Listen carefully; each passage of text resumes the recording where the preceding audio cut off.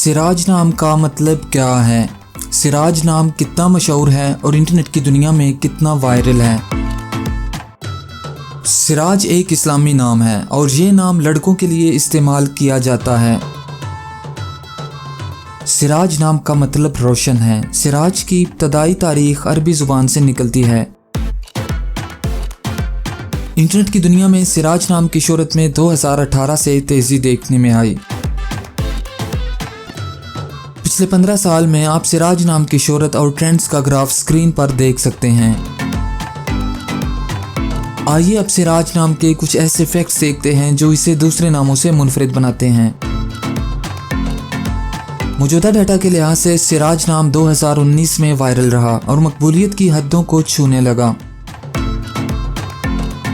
सिराज नाम पाकिस्तान, इंडिया और कतर में बहुत पसंद किया जाता है और कसरत से इस्तेमाल में है। दुनिया भर में सिराज नाम हर साल 2800 दफ़ा इंटरनेट पर सर्च किया जाता है। ये नाम 2019 में टॉप ट्रेंड्स में रहा।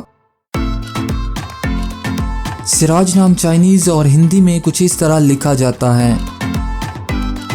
अगर आपका नाम सिराज है तो कमेंट्स में अपना पूरा नाम लिखें ताकि हम आपके लिए अलग से वीडियो बना सकें।